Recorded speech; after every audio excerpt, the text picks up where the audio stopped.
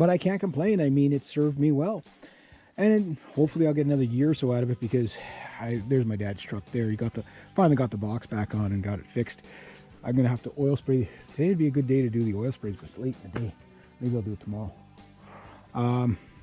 So I'm still, I wanted a truck for $1,000 or less, which obviously was a full-size V8, 8-foot box, regular cab.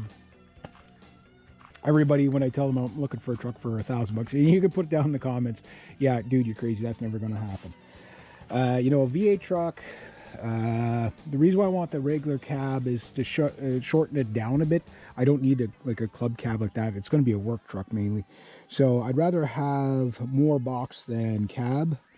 So, because if you had an 8-foot box on a crew cab, you got a 22 foot long vehicle. It's hard enough to park that thing in most, parking spaces are getting smaller, right? So, that's easy to park. This is super crazy easy to park. This thing will turn inside its own wheelbase if you crank it.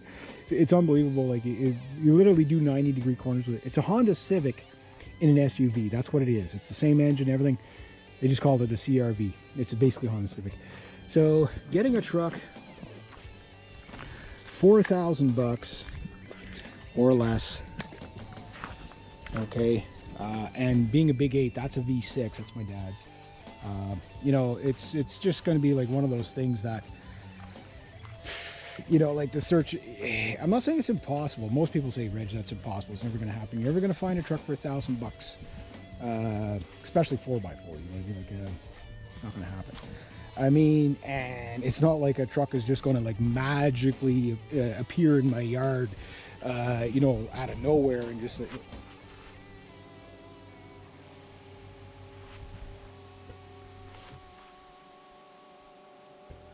Hey.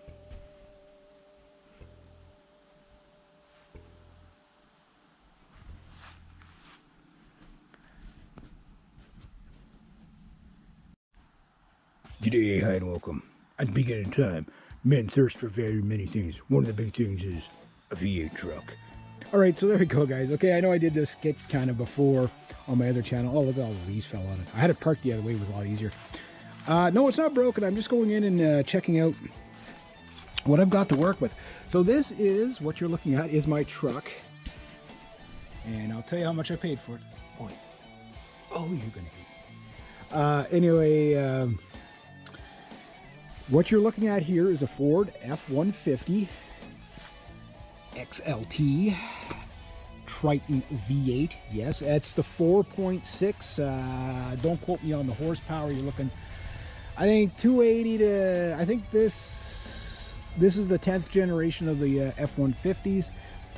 And they between 280 and 290 horsepower depending on what engine. I think the 4.6 had about 280 to 290 horsepower and 220 to 240 pounds of torque.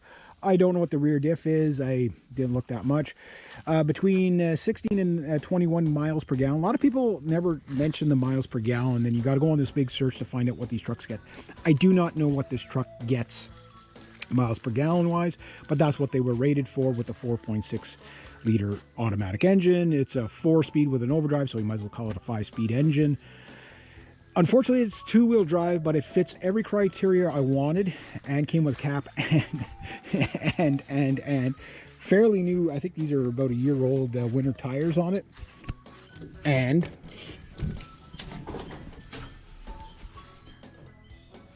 rim, 2 extra tires. Plus, my dad had a 2003 F-150, and guess what? We still have the winter tires for it, so that tire doesn't look too good there. But it's the fact that I got 2 sets of rims. So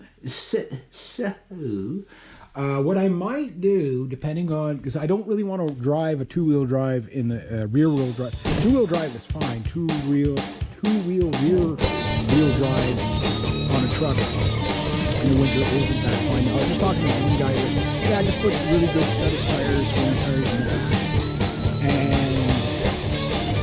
you're good to go, and just put like 800 pounds in it. Whatever you got in the front, weight you got in the front, you have to put in the back if you want it. So we're looking at about 800 pounds in the front, and these are probably about a 2-ton vehicle. about 4,000 pounds. I don't know the exact, maybe it's 3,800, maybe it's 4,500. I don't know, but that's a typical weight range of these trucks. Now, this is a really nice, it's in the, I think, prairie red, and with the, you know, with the gray stripe and the black pinstriping and the gray, whatever. Again, it's not perfect, but look at this. No rust in here. Now, I bought this from my uncle, so I got a good deal on it. That's where the worst of the rust is. I don't know what he hit here. Everything else is good. Everything works on this truck except for maybe the cruise control, but look at this bumper. Even on the inside of this bumper, now mind you, got to do more inspections. Not too bad. How am I doing for time here? Pretty good. Actually, I want to show you something else on this truck.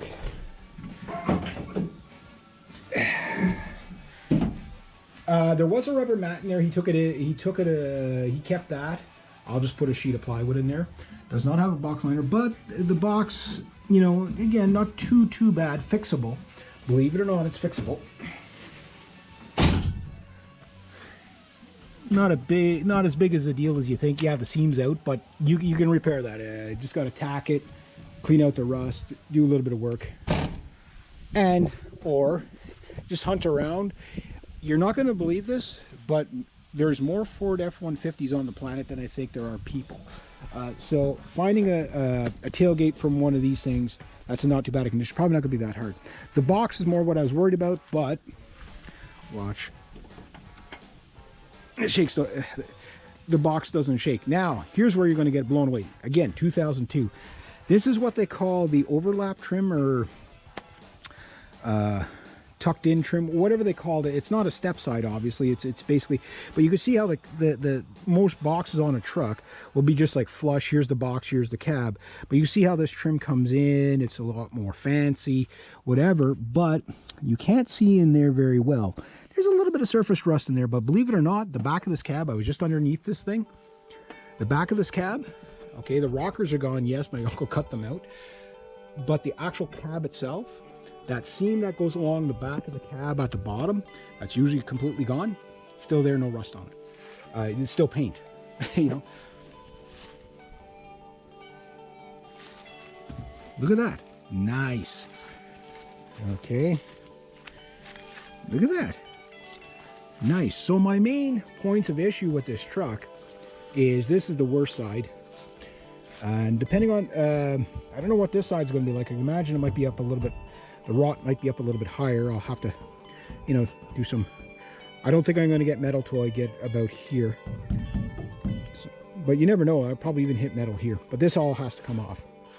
For now, I'm just going to oil spray everything to keep it. But inside the box, it didn't look too bad on the other side. As I get underneath, we'll inspect it together. But here's where it gets good. Let's go have a look at that engine. For time, because I got to tell you how much I paid for this thing. Again, I didn't pay $1,000 for it. There's over 220,000 on it. This is the prairie beige color, basically a wheat field color. Very nice. I mean, you can see this was the nice thing about this truck. It's never done a burnout in its life because my uncle owned it. And I believe he's the original owner of this truck, so I'm probably owner number 2. But the good thing, let's look inside our doors here. Not too bad there. Yeah, got a little bit down here to work on, but it's still mostly there. Like, I mean, it's still mostly there. So again, side of the door here, clean. So he kept it in really good condition. It was a work truck. It's pulled things. It's done stuff like that. You know, pulled small, well, 20-foot trailer full of wood, that kind of stuff. So it's worked. Again, being a 2-wheel drive. So, oh yeah. And look at this, guys. Gas shock. I went to grab this and put it up, and I was like, oh, that's my jack handle. There's your nice big bad V8 4.6. Like I told my nephew, V8 power. And it pulls okay. I haven't done a pull with it there. Again, I'm not going to be doing burnouts. This is a work truck. I can't break it. But you can see the firewall doesn't look too bad. I mean, a little bit of rust. Look at this, but this is what I want to show you. Now follow this. No rust. No rust. No rust, no rust, no rust. Liner's pretty good.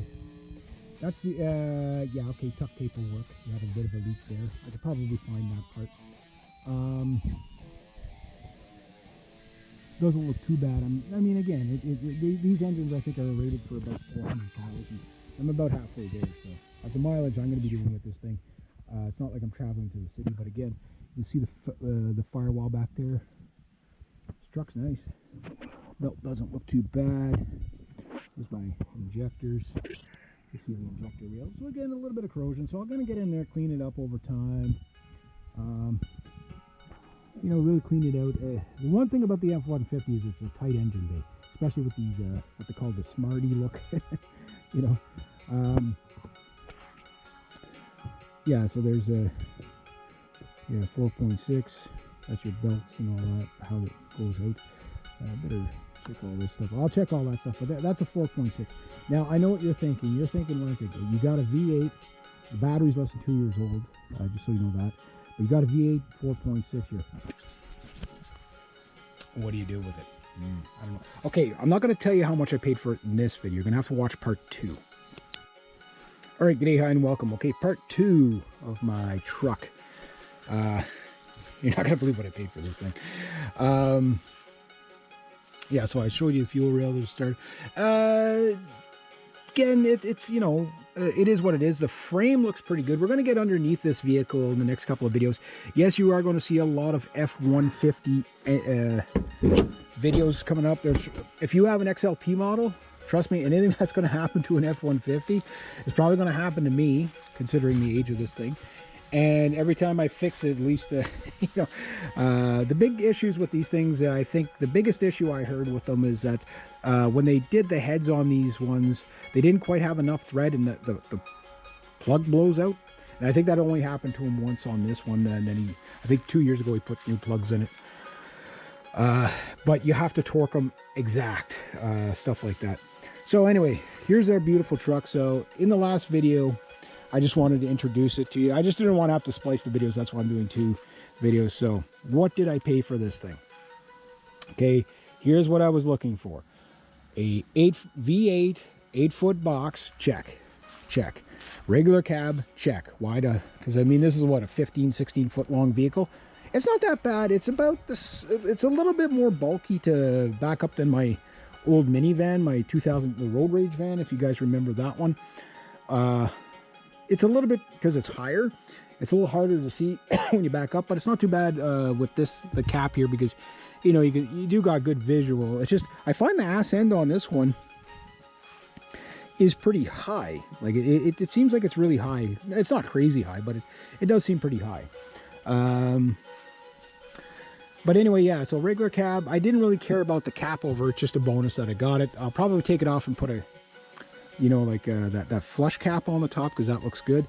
And that's probably all I need, because I will be towing bikes with this. But let's say next year I get a race bike. I mean, my motorcycles can go in here and I can put the tailgate up. That's a nice thing. That's why I wanted the 8-foot box. It's just, you know, that's about 1.5 cords of wood in there if you deliver it. I got the Reese hitch with it. I've got the 4-pin, I've got the 7-pin and a brake controller in the cab. The only thing that doesn't work on this, I think, is on this truck that's not functioning right now, is the cruise control, and I got the part for it. He just never got a chance to put it in. Everything else seems pretty good. The exhaust is not too bad. No cracks in the windshield. So all the cop magnet stuff is not in there. So how much did I pay for it? I was looking for a truck for $1,000. It has regular mirrors, just so you know. So 2-wheel drive, 8-foot box, relatively good. I mean, you can see down there it's clean. Yeah, the rockers are gone, but I can have those put back in. The cab is really good for the most part. Front end is, again, pretty much, I mean, look at the bumper, no rust. There's no rust on the other side either. I've already checked this out. Like, it's this truck. Again, he didn't do a lot of oil sprays and stuff like that to it. He just took good care of it, cleaned it up. Almost no rust in there between the cab and and the box. The worst part is really right here. The frame went along it with a hammer. Well, at least on this side. I haven't done that side yet, but you know, I'll see if there's any nightmares underneath, but for the most part, all those tires, everything like that. So how close to $1,000 did I get for this truck? Well, everybody told me, Reg, you're not going to find a truck on the road with the plate on it, in running condition, in relatively good condition, for $1,000. And they were right. Obviously, I was just, you know, you throw it out there, maybe somebody will, you know, somebody will say, yeah, well, I know a guy that has a truck for $1,000. You throw it out there, right? So no, I did not get the truck for $1,000. But if you want to pause the video, and if you're from, know what the cost is, don't ruin it for everybody else. If you saw it on the other channel, if you know what the cost is, pause the video, put it down, and I'll tell you. So, price reveal in 3, 2, 1. How much did I pay for this truck? 3, 2, 1. $500. Oh, you're gonna hate me. I could feel the hate oozing at me right now. $500, and I want you to listen to something.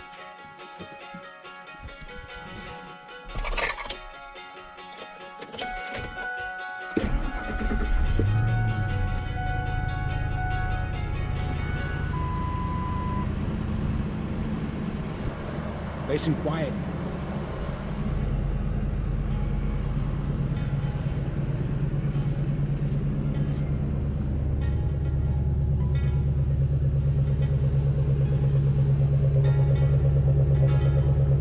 You could talk over that.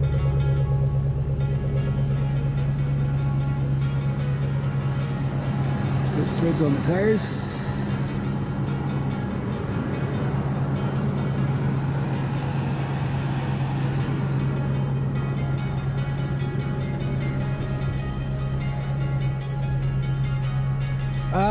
Mileage 224,845.0.